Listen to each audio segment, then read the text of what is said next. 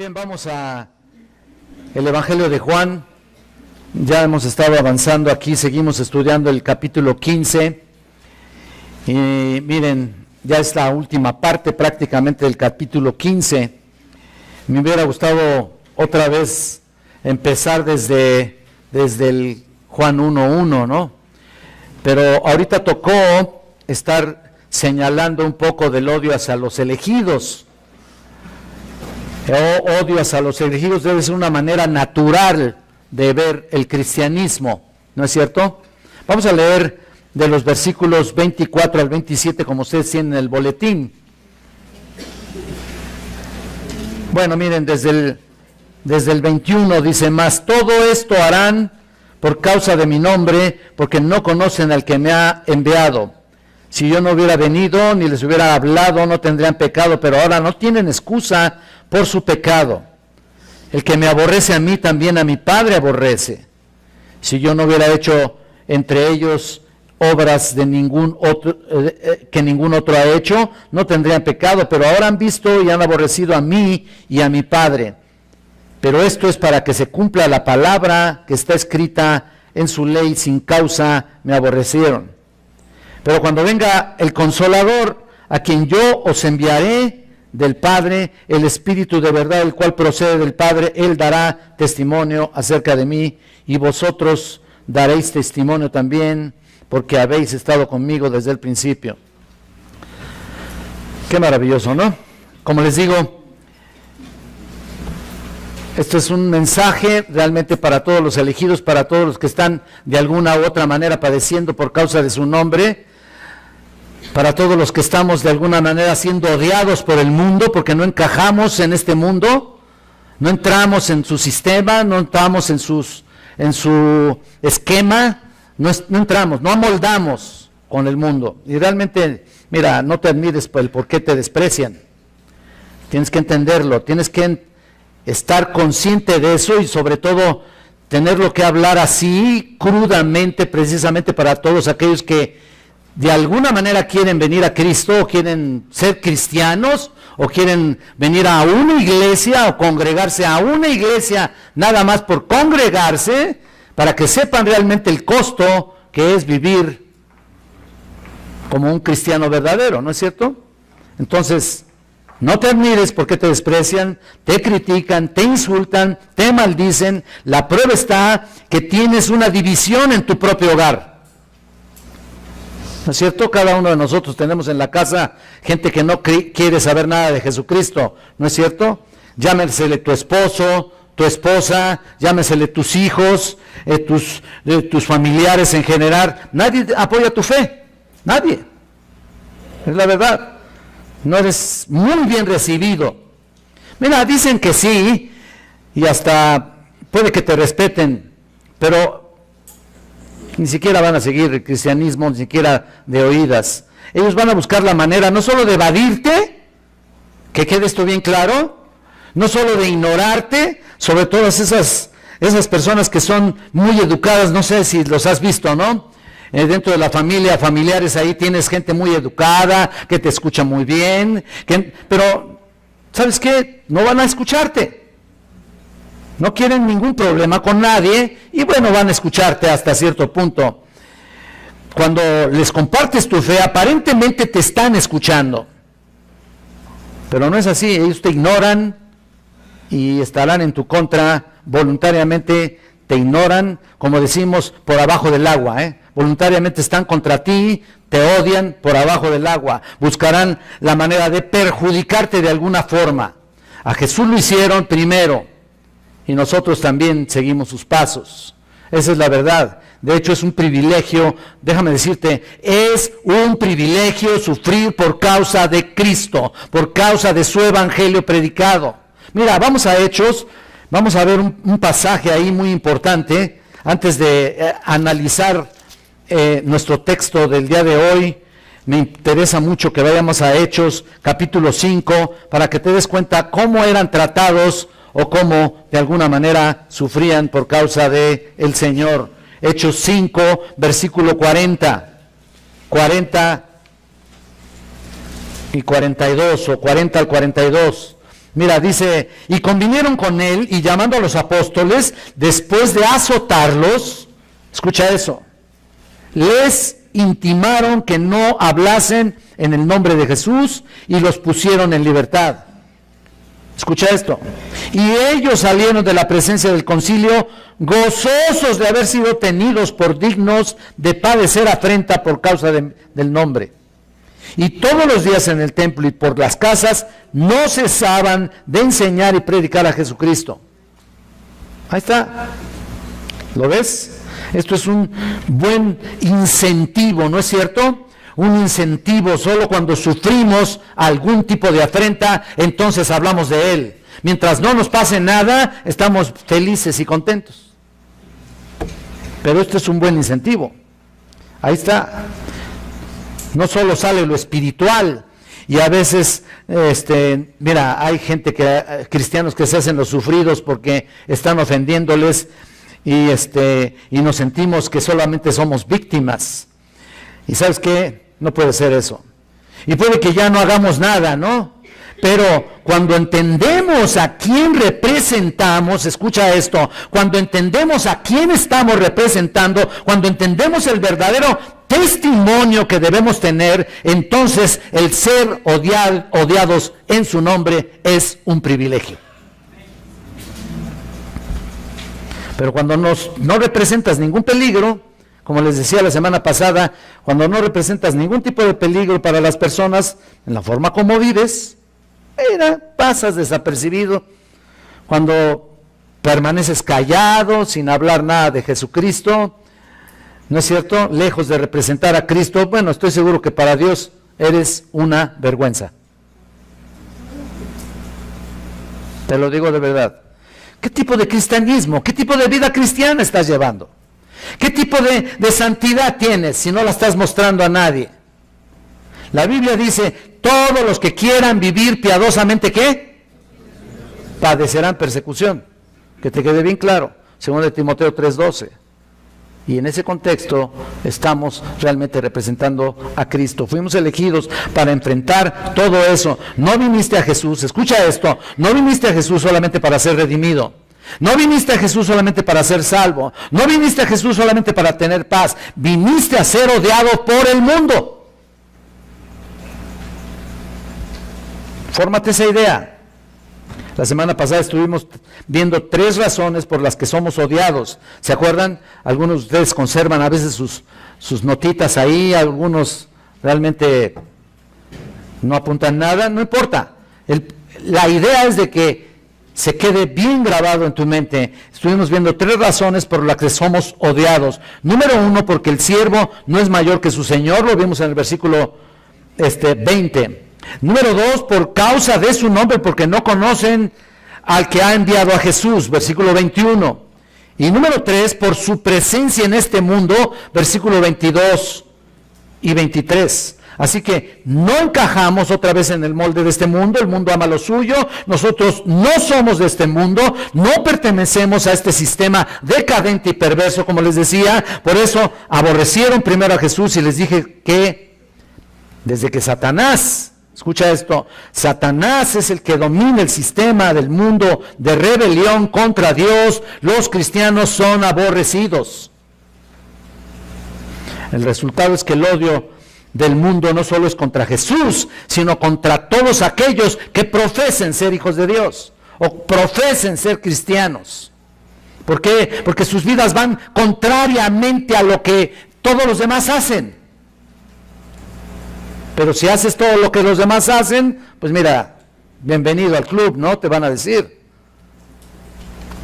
No solo aquellos que salen a predicar el evangelio, sino todos los que vivimos, los que decimos que somos creyentes. Así que hoy continuamos observando otras 3 razones más por las que también cada creyente es odiado, por la que cada creyente es menospreciado, por la que cada creyente es aborrecido. 3 razones más. Número 1, por el testimonio de las obras de Jesucristo, versículo aquí 24, y en el versículo, en Juan 15, Juan 15, 24, y 25.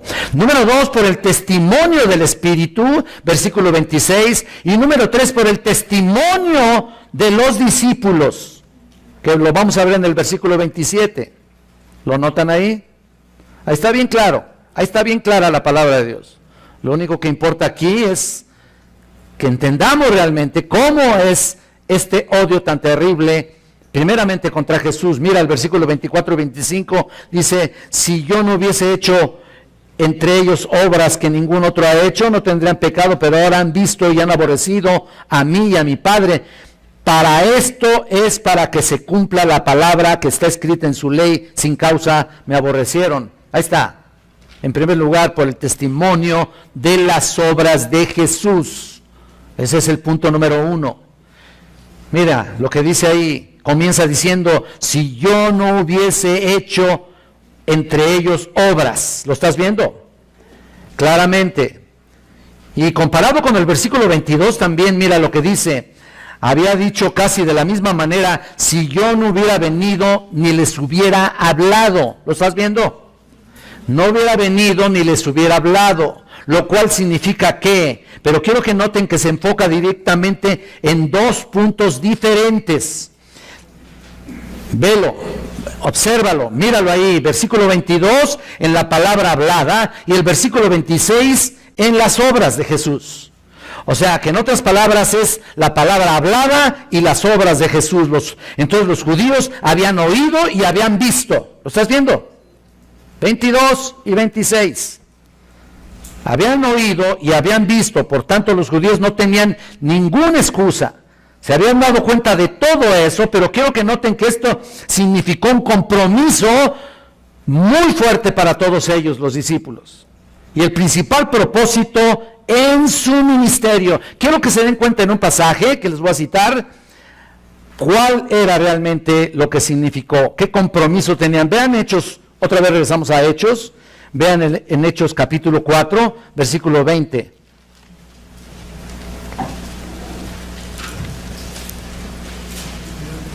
Es muy sencillo este versículo. Mira lo que dice: porque no podemos dejar de decir lo que hemos visto y oído. Ahí están las dos palabras, visto y oído. 22 y 26 está bien claro el hecho de que habían visto y habían oído. Bueno, primero oído y después visto. Y ese fue el compromiso. Pero para los judíos significó, escuchen esto, su propia condena. Ese es el punto. Noten que al final del versículo 22 y 24 es lo mismo. Si yo no hubiera hecho esto, ¿qué?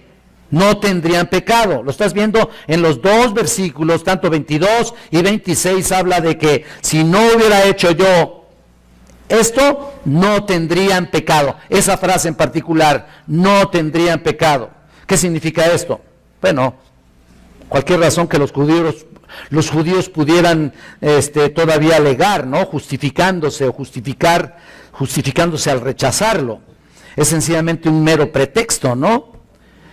Y mira, nota que el Señor está abarcando dos áreas perfectamente bien ubicadas: la de la palabra misma salida de sus labios y la de las obras que Jesús había desarrollado.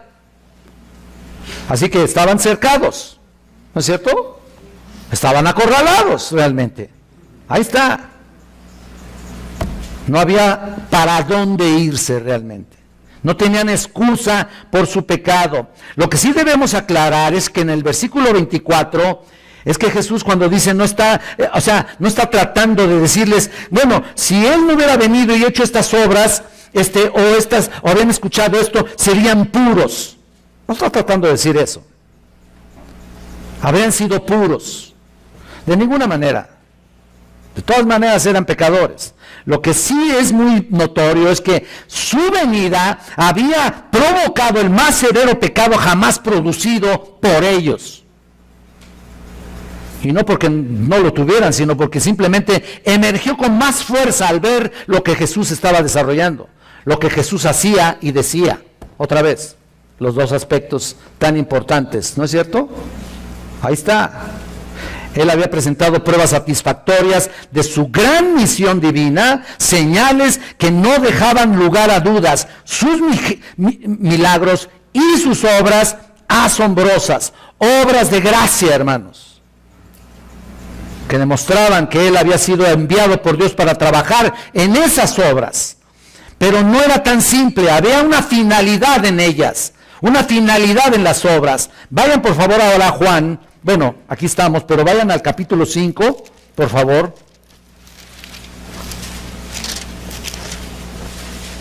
5:17. Y dice aquí, Jesús le respondió, mi Padre está, hasta ahora trabaja, y yo trabajo, ¿lo estás viendo? Por esto los judíos aún procuraban matarle, porque no solo quebrantaba el día de reposo, sino que también decía que Dios era su propio Padre, haciéndose igual a Dios. Ahora mira el versículo 36, ahí mismo. Mas yo tengo mayor testimonio que el de Juan, porque las obras que el Padre me dijo para que cumpliese, las mismas obras que yo hago, dan testimonio de mí que el Padre me ha enviado. Entonces, ahí están. Todas las obras de Jesús, mira, todas las obras que Jesús desarrolló, hizo, fueron universalmente útiles. Por lo tanto, deberían de haber sido, si fueron universalmente útiles, él debería haber sido universalmente reconocido y amado, ¿no? Pero no. Fue universalmente, ¿qué? Aborrecido. Ese es el punto. Las obras de Cristo en realidad agravan la culpabilidad de sus enemigos. No solo hubieran oído sus palabras, que fueron miles, pero no hubieran visto sus obras, tal vez habría tenido alguna excusa por la falta de ciertas pruebas, ¿no es cierto? Bueno, mira, yo no te voy a hacer ningún milagro, ¿eh? Como que todo lo que me dijiste, mira, sin el milagro, pues no tendría validez. O yo no te oí decir eso, yo nunca te oí hablar, lo único que te vi es hacer muchos milagros. La otra parte, ¿no? Pero no fue de una manera ni de otra. Ellos escucharon sus palabras y vieron sus actos de significativo beneficio para todos. Y escucha, y con todo eso le rechazaron y se rebelaron contra él. ¿Contra qué? Contra Dios, contra su verdad, contra su palabra, contra sus obras. Fue una actitud deliberada y fatal de oscuridad frente a la luz verdadera que estaba frente a ellos. Fue una actitud de muerte frente a la vida. De hecho, eran tan necesarias las obras de Cristo que son parte de la demostración para la credibilidad de los judíos.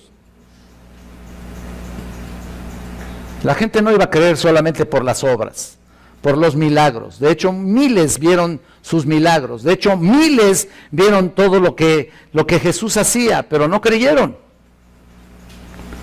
Pero cuando se le ha dado los milagros y cuando se le ha dicho, cuando han escuchado las palabras de Jesús, entonces los hace doblemente pecaminosos, doblemente culpables. Mira Juan 10, por favor, aquí un poquito adelante. Versículo 37. Mira lo que dice, si yo no hago las obras de mi Padre, no me creáis. Mas si las hago, aunque no me creáis a mí, creed a las obras, para que conozcáis y creéis que el Padre está en mí y yo en el Padre. ¿Qué más querían? ¿Qué más estaban esperando? En toda la Escritura vemos el planteamiento de las obras de Dios, que en realidad son señales. La enseñanza de Jesús iba casi siempre acompañada de una señal determinada para que los judíos creyeran lo que Dios estaba haciendo, lo que Dios estaba desarrollando. Obras.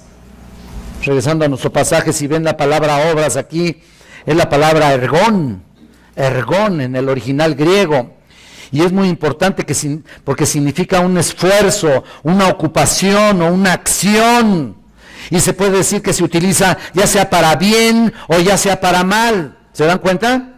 Las obras se utilizan para bien, para mal, pero no precisamente en lo que Jesús estaba haciendo. Todo lo que Jesús hizo tuvo, por supuesto, una determinada obra o una determinada determinación o algún propósito especial para los que estaban escuchando y los que estaban viendo. Pero, por ejemplo, para nosotros, mira, se utiliza para bien y para mal. Y en este sentido, ustedes saben, para los incrédulos, ¿qué dice la Biblia? No por obras para que nadie se gloríe, ¿te acuerdas? Efesios 2:9, es decir, ningún acto de acción o ningún acto de esfuerzo me va a dar vida eterna. Es decir, jamás voy a tener la salvación si yo hago una obra o una buena acción. Y tú oyes hablar a tantas señoras, a tantas personas que todos los días se reúnen en la iglesia católica haciendo buenas obras, llegas al cielo. ¡Mentira! Al contrario, los hace peor de culpables por una simple razón. Entonces, ¿en vano vino Cristo? Pues ¿para qué vino? Entonces, no es para bien ninguna obra, pero una vez que la persona, o sea, se ha convertido, debe manifestar su fe, y esto es muy claro en la Escritura también, por medio de las obras hechas, de una demostración clara de que verdaderamente eres hijo de Dios. Y ahí lo vemos en el versículo 10, Efesios 2:10, ¿qué dice?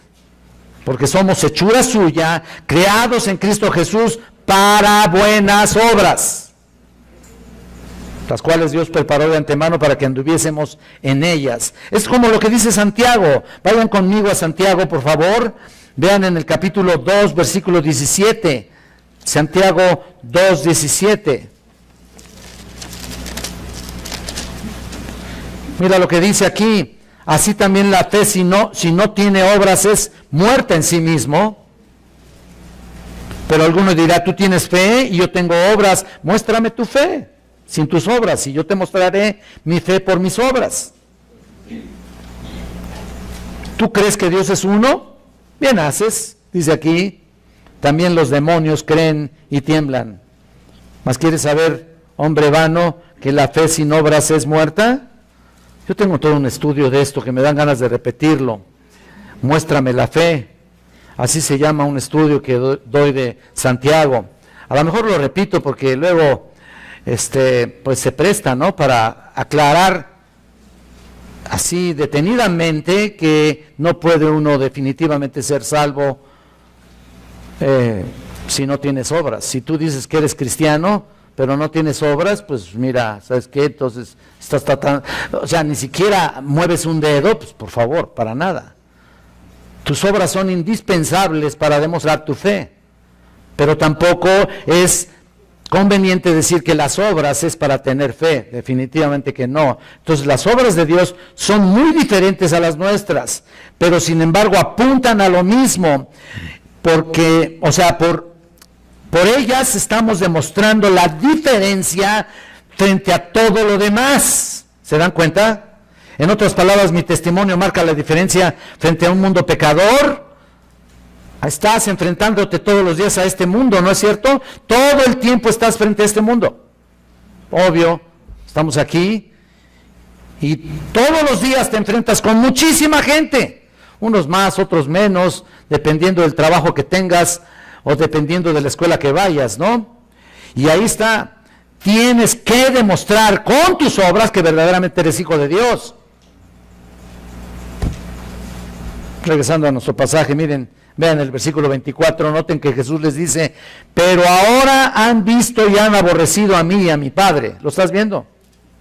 Versículo 24, ¿lo estás viendo? Al final.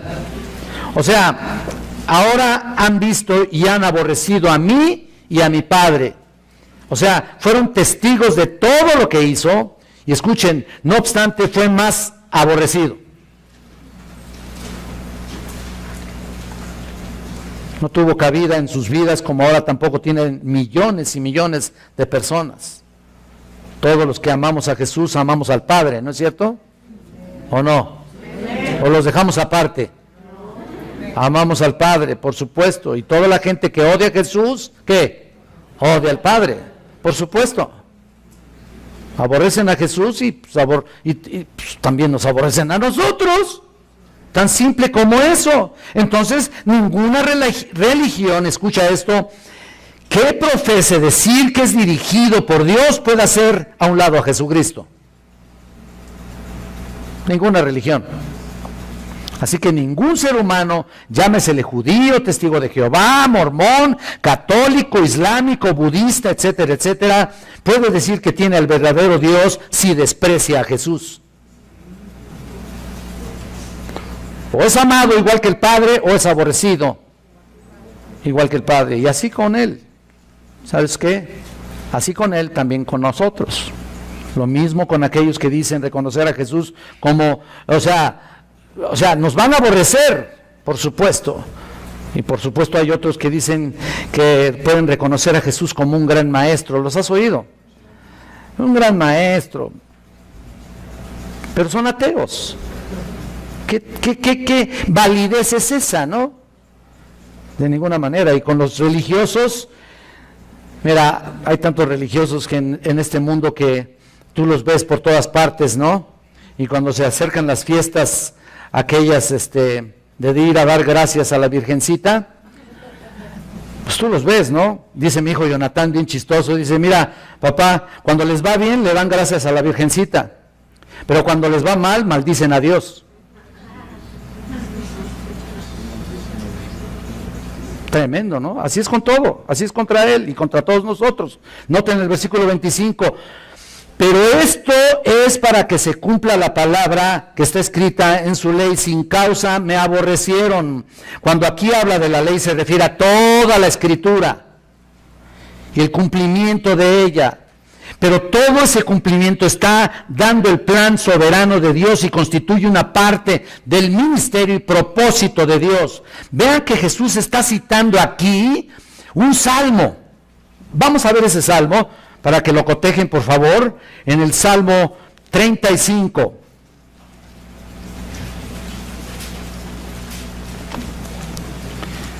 Salmo 35, 19.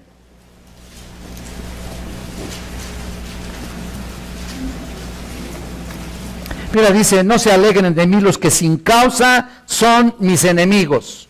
Ahí está, ¿no? Ni los que me aborrecen sin causa guiñen el ojo. Tremendo, ¿no? Vamos al Salmo 69, mira, para que vean varias partes de la Escritura, dice lo mismo. En otras palabras, pero lo mismo.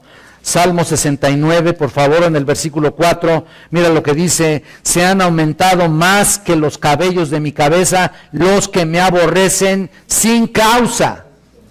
¿Lo estás viendo? Se han hecho poderosos mis enemigos, los que me destruyen sin tener por qué. Y bueno, aunque ustedes noten ahí algo terrible que ha sucedido a través de la historia, saben ustedes, el aborrecimiento del Mesías, que quede esto bien claro, forma parte del plan de Dios. No es algo que digas, ay, malvados, y ahí maldigas a aquellos que lo aborrecieron. Pues mira, eso no nos corresponde a nosotros, le corresponde al Señor. Ellos lo aborrecieron sin causa y lo vimos aquí claramente. Entonces forma parte del plan de Dios. El hombre es responsable de sus acciones pecadoras. Lo hemos visto en la elección, en la doctrina de la elección. Así que aunque el decreto eterno se cumpla, la culpa recae en el hombre, nunca en Dios. Porque vean ustedes, aquí dice sin causa. ¿Lo estás viendo? 2 veces dice ahí, repite, sin causa o sin motivo. Es propiamente un adverbio acusativo si lo vemos desde el punto de vista ortográfico. Adverbio acusativo. ¿Te imaginas? Que da a entender que es gratuitamente o que es innecesariamente. Jesús vino a mostrarnos el camino, la verdad y la vida, y su pueblo no solo no le recibió, sino que también lo odió sin motivo. Mira, escucha esto, Él traía la solución a su vida, traía la esperanza para Israel, Traía el cumplimiento del nuevo pacto para que tuvieran una eterna relación con Él. Solo bendiciones, solo beneficios. Había venido a buscar y salvar lo que se había perdido, ¿no es cierto? Solucionar su problema mayor, ¿cuál era? La abolición del pecado sobre ellos. ¿Qué mayor beneficio es este? Y sin embargo, no quisieron saber nada de Él.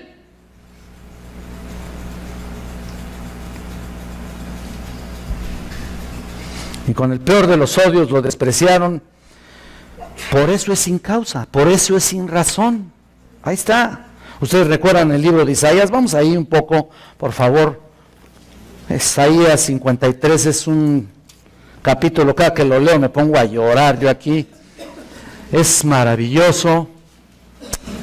Vean, solamente voy a citar 3 versículos y no me pongo a llorar aquí, No, de verdad, me pongo a adorar al Señor, porque es algo maravilloso, pero también doloroso, para saber hasta dónde llegó nuestro Padre Celestial en enviar a su Hijo Jesucristo a morir por nuestros pecados. Versículo 3 dice: despreciado y desechado entre los hombres, varón de dolores. Escucha esto: experimentado en quebranto, y como que escondimos de Él el rostro, fue menospreciado y no le estimamos. Ciertamente llevó Él nuestras enfermedades y sufrió nuestros dolores, y nosotros le tuvimos por azotado, por herido de Dios y abatido.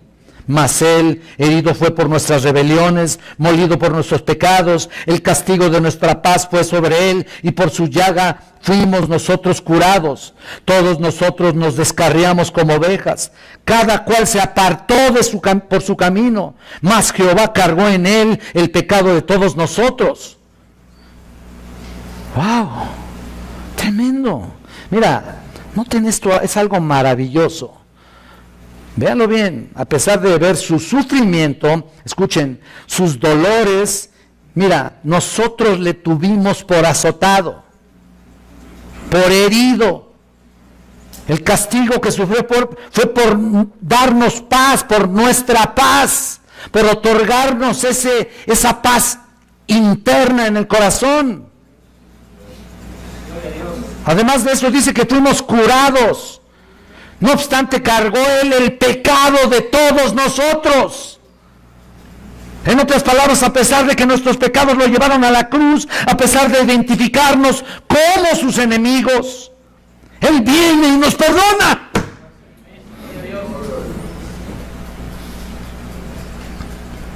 Él viene y carga nuestros pecados pasados, presentes, futuros. La manera en la que Dios puso nuestra iniquidad sobre Él fue que Dios lo trató, escuchen esto, como si Él hubiera cometido todos los pecados de todas las personas que habían de creer en toda la historia de la humanidad. ¿No es maravilloso eso? Maravilla. Pero a pesar de todo eso, no obstante, le aborrecieron. No estaban dispuestos a aceptar ni su palabra, ni sus obras. Ellos rechazaron todo eso. Vamos a regresar a nuestro pasaje. Mira ahora, después de referirse a la oposición de todos ellos, que le aborrecieron, le aborrecerían. Pero ahora Jesús da a conocer la provisión divina. Escucha esto, es una provisión divina para mantenerte o mantenernos o mantenerlo a Él presente en nuestra vida, en todo momento, y que también sería una causa de odio hacia ellos. En número 2, por el testimonio del Espíritu, versículo 26, pero cuando venga el Consolador, a quien yo os enviaré, aunque yo os enviaré del Padre, el Espíritu de verdad, el cual procede del Padre, Él dará testimonio acerca de mí. Mira, a lo largo de este Evangelio, Juan viene mencionando la presencia del Espíritu de Dios, la presencia del Espíritu Santo constantemente, que sería enviado por el Padre en el Pentecostés, en el día de la fiesta judía de Pentecostés. Pero quiero que noten que el Espíritu aquí es mencionado en primer lugar como Consolador. Consolador. Si lo ves aquí, es la palabra Paracletos.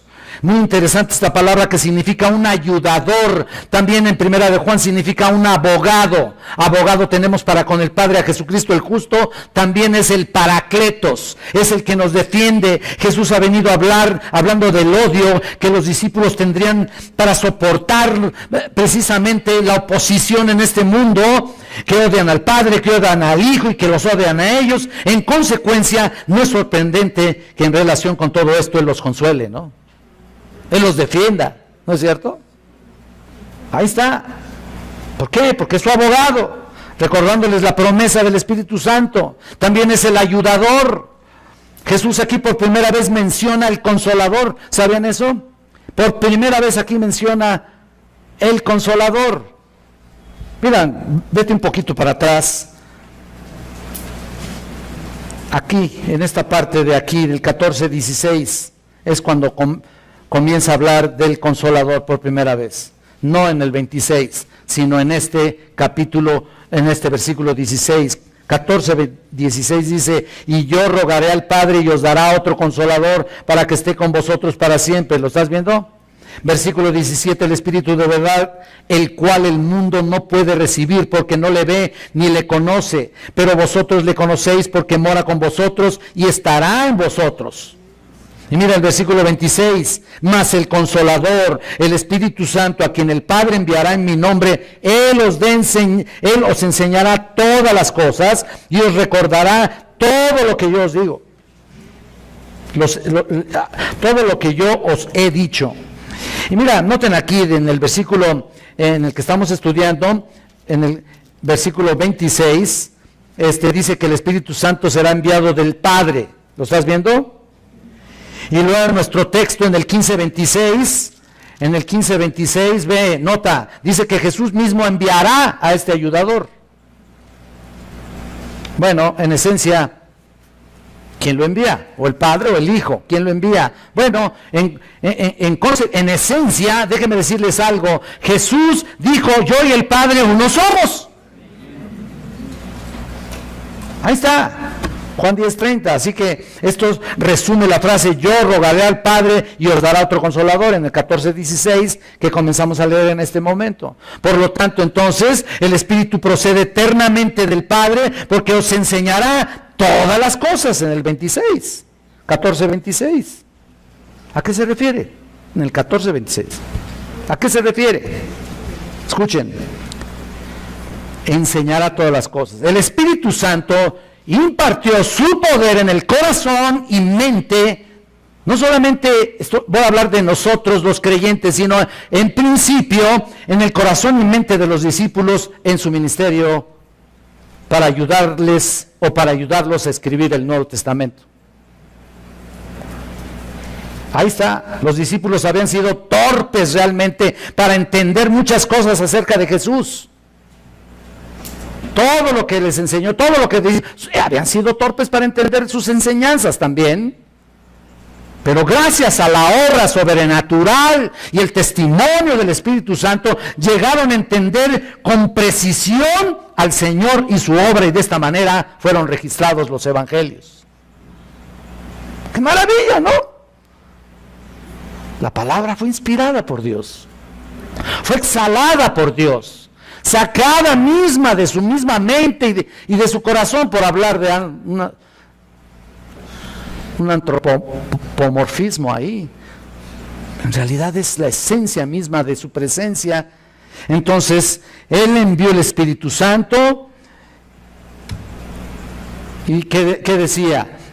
¿Por qué decía esto Jesucristo? Porque sería en el futuro, no en ese momento. Y sin embargo, hubo un momento en que Él sopló el Espíritu Santo también a los discípulos, ¿se acuerdan?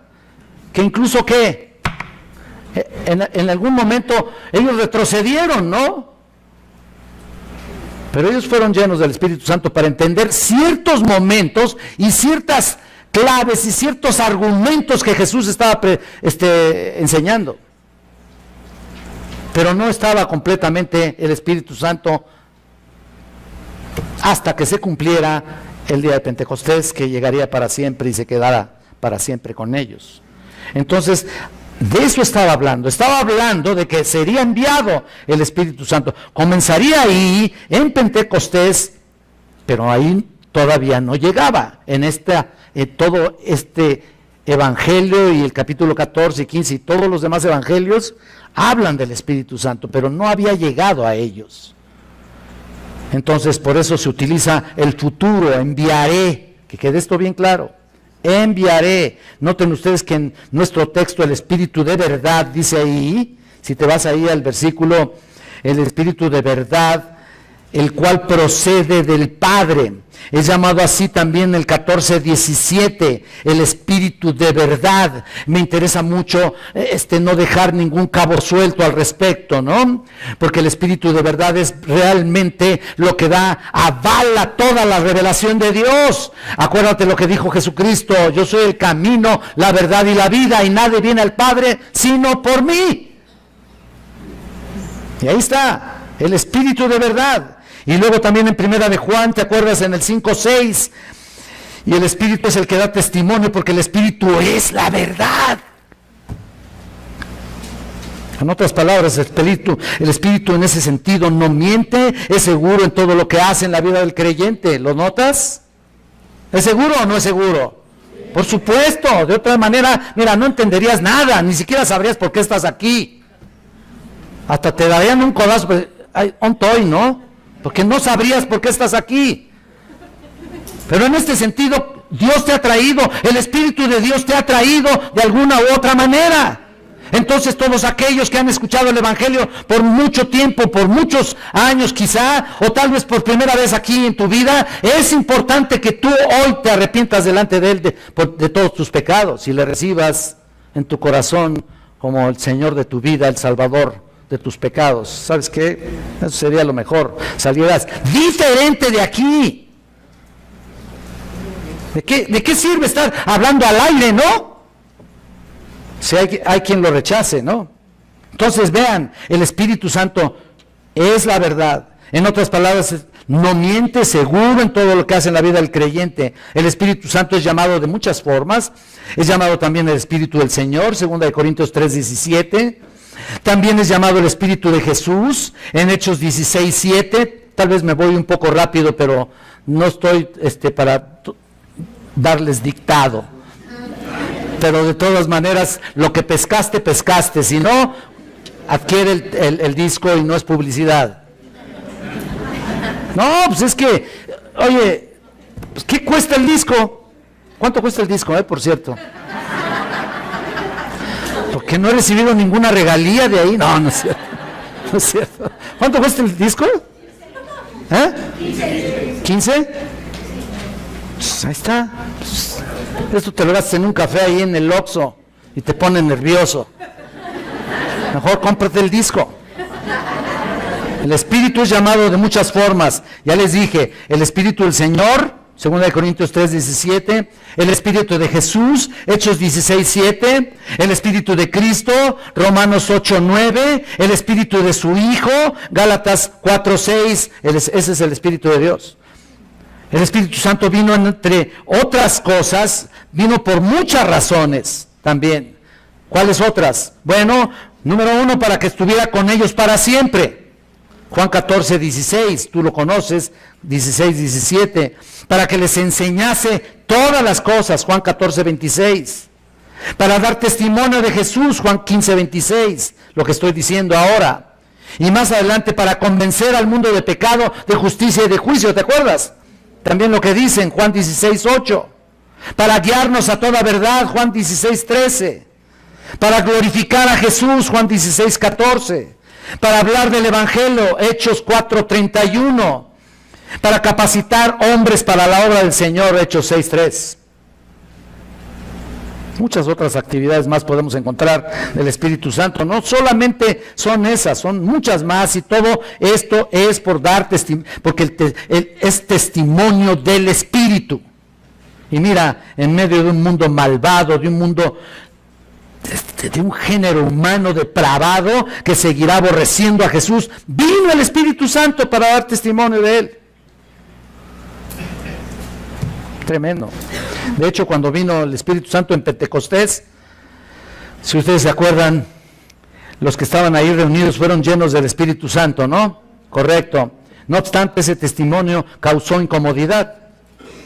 No creas que, no, o sea, no lo vamos a ver solamente del lado del beneficio que obviamente causó, por supuesto, para todos aquellos que estaban ahí. No solamente para llevar el mensaje en otras lenguas, y etcétera, etcétera, llevar a otros que habían venido de visita, porque era una fiesta judía y venían de muchas nacionalidades, porque ellos eran judíos de nacimiento, pero ya no hablaban el hebreo. Y vinieron a esa fiesta. Entonces, ¿qué pasó? Cuando se les dio el Espíritu Santo, Dios les repartió lenguas, pero no para que las hablasen aquí, allá, de donde quisieran, sino para que les compartieran el Evangelio a cada uno en su propia lengua. Entonces, ahí surgió una gran bendición, ¿no? Maravillosa bendición. Muchos se convirtieron porque les hablaron las maravillas de Dios en su propio lenguaje. ¡Qué maravilla!, ¿no? Pero escuchen esto, también causó un gran revuelo, disgusto, burla. Vayan a Hechos 2, por favor.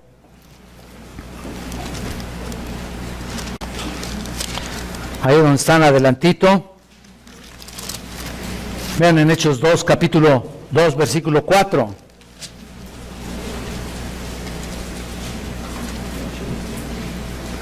Bueno, para referencia nada más es el versículo 4 que dice: y fueron todos llenos del Espíritu Santo y comenzaron a hablar en otras lenguas según el Espíritu les daba que hablasen.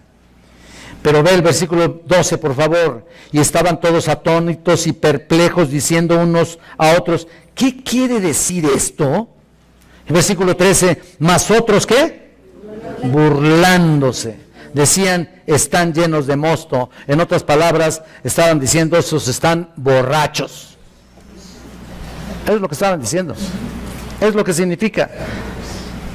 ¿Sabes qué? El Espíritu de Dios da testimonio en un mundo incrédulo y malvado. También dará testimonio en medio de la necesidad humana, dar testimonio en medio de la necesidad de la iglesia. ¿Para qué? Para redarguir, corregir, para instruir, para edificar. El Espíritu Santo se extiende y utiliza también medios y formas de los cuales no terminaríamos de explicar el día de hoy.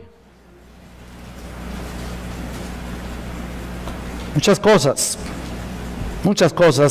el Espíritu Santo está haciendo en la vida de cada uno de los que están aquí presentes.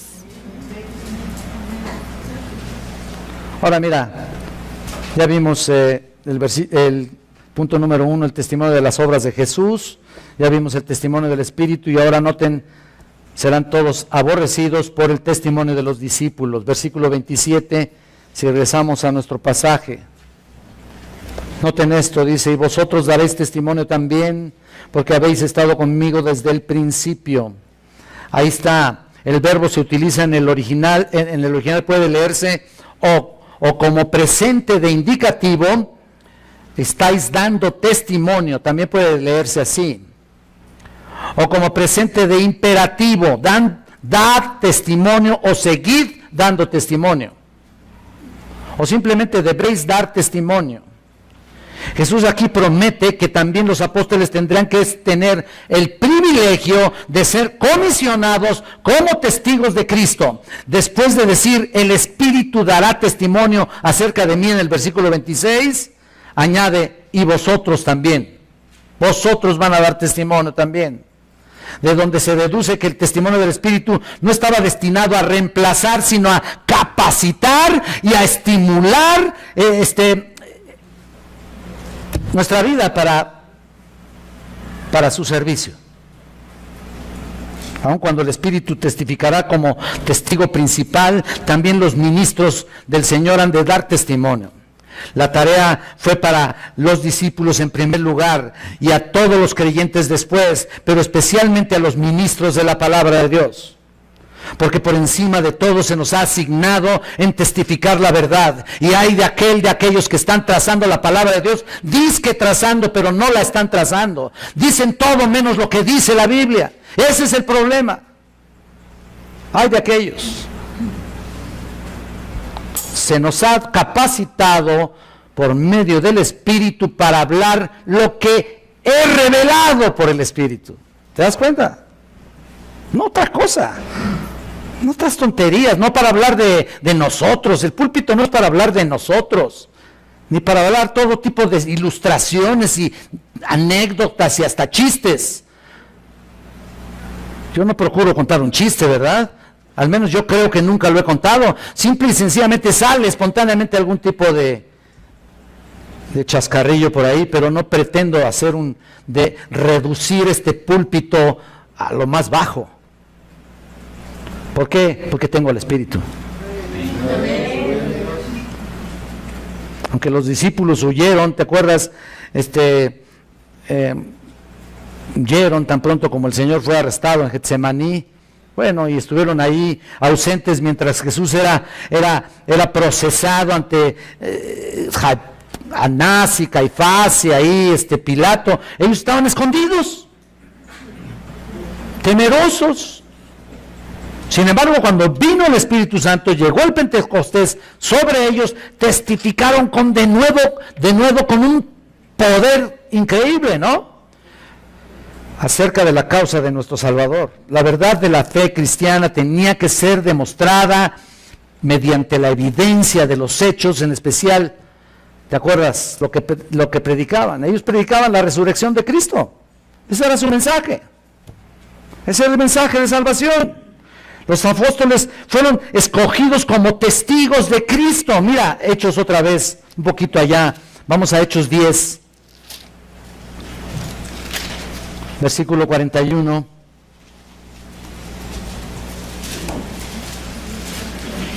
Para que te des cuenta de ahí, dónde realmente comienza, ¿no? 10:41. Mira lo que dice: no a todo el pueblo, sino a los testigos que Dios había ordenado de antemano a nosotros, que comimos y bebimos con Él después que resucitó de los muertos. O sea, no todo el pueblo, realmente fueron ellos escogidos. Por eso vemos en la frase ahí de nuestro pasaje: porque habéis estado conmigo desde el principio. Vean cómo lo cotejamos, una cosa con otra. Así, en ese sentido, en mis limitaciones, por supuesto, también encontramos una cosa que concuerde con otra, porque es todo el consejo de Dios. Ahí está: porque habéis estado conmigo desde el principio. ¿Lo vieron? Cotejado con Hechos 10:41. No solo habían oído las enseñanzas que había dado en público, sino que habían conversado, habían convivido con Él diariamente. Ahí lo pueden encontrar en Hechos 1:21. Chéquenlo ahí, en Hechos 1:21 al 22. Ahí estaba con ellos todo el tiempo. Todo el tiempo. No se iba a su casa, no decía: aquí voy a estar un ratito con ustedes. Tengo 1 hora, o tengo 2 horas con ustedes. Ya muy, muy, muy amable, 3. Ya más no puedo. Me voy a mi casa y luego los veo ahí en el parque. No, Él estuvo todo el tiempo. Qué maravilla, ¿no? Otros vieron las maravillas, las obras maravillosas de su poder y de compasión que Jesús llevó a cabo en las respectivas ciudades y regiones del país, pero ellos lo acompañaron por todos lados. Los que siempre procuraron mantener, escucha esto, los que siempre procuraron mantener viva la comunión con el Señor mediante la fe, la esperanza y el amor. ¿Tú quieres mantener viva tu fe? Tienes que estar siempre fresca la presencia de Cristo en tu vida. Fresca. Yo no estoy diciendo que no la tengas, la presencia de Cristo, obvio, tienes al Espíritu, pero sabes una cosa: cuando mantenemos fresca la presencia de Cristo en tu vida, las cosas cambian, tienen que cambiar, son diferentes, no solamente para ti, sino para todos los que están cerca de ti. Y por supuesto te va a capacitar mejor, estás capacitado para dar testimonio de Él. Y aunque esa misma noche, mira, aquí el punto es que los discípulos tenían que dar testimonio de Él, pero esa misma noche fallaron, ¿te acuerdas? Esa misma noche fallaron en dar testimonio. De hecho, se escandalizaron de Él. En la actualidad debe distinguirnos en medio de tantas mentiras, en medio de tanta falsa doctrina, en medio de tantos falsos maestros, en medio de tu familia dividida, en medio de tus familiares inconversos, en medio de las tinieblas que rodean tu trabajo, tu escuela, tu vecindario. Debes distinguirte. Y con mucha pena lo digo, mira, nuestro testimonio no ha sido el más fiel. Te lo digo en serio. No ha sido el más efectivo porque no queremos pagar el costo. Esa es la verdad. Escucha lo que dice el pastor MacArthur en el libro Difícil de Creer.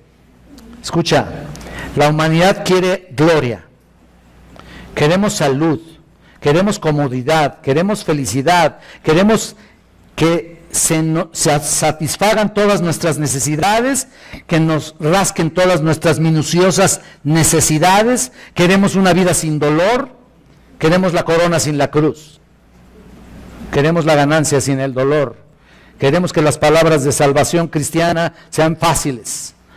Así es como piensa la gente, pero no es la instrucción que Dios nos da, según Hebreos 2:10, porque convenía a aquel que cuya causa son todas las cosas y por quien todas las cosas subsisten, que habiendo de llevar muchos hijos a la gloria, perfeccionase por las aflicciones al autor de la salvación de ellos. Nota la última frase, perfeccionase por las aflicciones al autor de la salvación de ellos. ¿Qué es esto? Mira, el sufrimiento hizo perfecto al capitán de nuestra salvación. Bueno, así nosotros también tenemos que aceptar todo lo que está pasando en nuestra vida. Nos va a hacer perfectos en el sentido, o sea, vamos yendo de gloria en gloria. ¿Se acuerdan cuando predicamos de gloria en gloria? Perfeccionándonos día con día, día con día, día con día, escalón tras escalón. No es un paso directo. Si fuera paso directo, mira, por favor, ya entonces, ¿para qué estamos aquí perdiendo el tiempo, no? A lo mejor llaman algunos de ustedes allá. Espero que no se vaya nadie. ¿Por qué creen que a veces les digo el celular, por favor, un día les voy a confiscar todos los celulares? ¿No? ¿No creen eso? Oye, si hay reglas para entrar al supermercado, para entrar ahí al cine, para entrar a no sé a dónde vayas más, pero donde quiera, al banco, gracias. Pues aquí vamos a poner esa regla, no. Creemos y estamos confiando en su honestidad. ¿Sí? No lo digo con sarcasmo, esto lo digo en serio. Es real. Mira, a veces hay tanta distracción que se nos olvida, ¿no? Y nos quita esa concentración. Tenemos que entender, el sufrimiento hizo perfecto a Jesús. El sufrimiento te hará perfecto a ti. Pero escucha esto, por favor. Si dices que sufres, tiene que ir acompañado por varias cosas, ¿no? Si dices que sufres, debes sufrir primero, más que nada, la muerte de todas tus esperanzas en este mundo. Acuérdate cuando Jesucristo dijo, el que quiera venir en pos de mí, que niéguese a sí mismo, tome su cruz y sígame. Porque mi yugo es fácil y ligera me carga. En ese sentido, entonces, todas tus ambiciones, todos tus deseos, todas tus necesidades humanas, ¿por qué? Porque Dios va a proveer de todo eso, ¿te das cuenta? Lo demás no tiene sentido, porque si venir al cristianismo significa, escucha esto, la resolución de todos mis problemas, entonces el sufrimiento de Jesucristo en la cruz no significó nada en tu vida. Si vas a pensar como los predicadores del Evangelio acomodadizo, es posible pensar que es fácil ser creyente, pero no lo es. No es así. Según la Biblia, así no son las cosas. En Mateo 7:13, nomás apúntenlo, no se los voy a leer, o sea, se los voy a leer aquí una parte solamente. Durante el Sermón del Monte, todavía se extiende hasta allá, Jesús amonestó a sus seguidores entrar por la puerta estrecha. Estrecha. La connotación estrecha es angosta, reducida, no se puede llevar nada, no se puede pasar con nada tuyo, personal, por ella. Porque hay que pasar despojados de todo. Entonces no es fácil. También existe la puerta religiosa muy ancha. Y me entristece pensar que muchos predicadores, muchas iglesias conducen a la gente a través de ella. Ellos dicen, no tienen que hacer, mira lo que dicen, no tienen que hacer todas las cosas tan difíciles para llegar al cielo. Es lo que dicen. Es terrible, ¿no? Fíjate lo que continúa diciendo, tenemos una mente abierta e inclusiva. Pensamos que toda persona que quiera debe salvarse. Porque sabían ustedes que ya se salvan, ya pueden tener salvación sin Cristo y sin la Biblia, ¿no? Bueno, ándale pues. Fin de la cita. Por eso los ministros de la palabra del Señor, los ministros de la palabra, escucha esto, si deben ser ministros de la palabra, escucha esto, han de aprender primero de Jesús antes de predicar acerca de Él. Porque solo quienes tienen experiencia personal de las cosas de Dios pueden hablar de ellas como es debido. Es una ventaja sin para haber estado con el Señor desde el principio, ¿no? Aquí ellos. Y uno dice, ay, ojalá hubiera estado yo allá. No, fíjate que no. Hubiera sido del montón de esos que se fueron. No, es muy alto el costo. Seguir en pos de mí, negarse a sí mismo, tomar la cruz. Digo, ¿de qué se trata? Mejor me voy. Mejor estoy mucho mejor allá. ¿Verdad? ¿Te das cuenta de esto? Ese es el problema. Ese es el problema de este mundo que nos rodea. Nuestro Salvador vino exclusivamente a aquellos que quieran pagar el costo del sufrimiento. Indiscutiblemente que tienes que ser odiado. Ese es el sello de los elegidos. Tú eres odiado porque no eres de este mundo. Venimos de paso. Somos peregrinos. Así que el mundo, hasta cantamos, alguna vez cantamos no puede el mundo ser mi hogar, creo que hay un corito, ¿no? Mira, esto no puede ser así. Si eres un verdadero creyente, debes de hacer las cosas a la manera de Cristo, con el resultado de Cristo, y esperar en los cielos al Salvador. Te invito para que oremos. Inclinemos nuestro rostro y terminemos. Señor bendito, en esta hora, cuánta necesidad tenemos de estar bien frescos, de entender tu propósito, Señor. Tu propósito en tu palabra, que es bien claro. Pero cuántos hay que han distorsionado, han tergiversado tu bendita palabra. Yo te pido, Señor, que me sigas ayudando, que me sigas dando fuerza, Señor, para ver con claridad lo que dice tu bendita palabra y poder, Señor, enseñar a este pequeño grupo, a esta iglesia que tú me has encargado, Señor, en compañía, por supuesto, de otros ancianos, que podamos seguir adelante, Señor, a costa de lo que sea, no importando nada, sino poniendo muy en alto tu bendita y eterna palabra. Gracias por tu Espíritu, gracias por tu palabra, gracias por Cristo en la cruz. Te bendecimos, te honramos y te damos la gloria y la honra a ti, porque te lo pedimos y te damos las gracias en nombre de Cristo. Amén.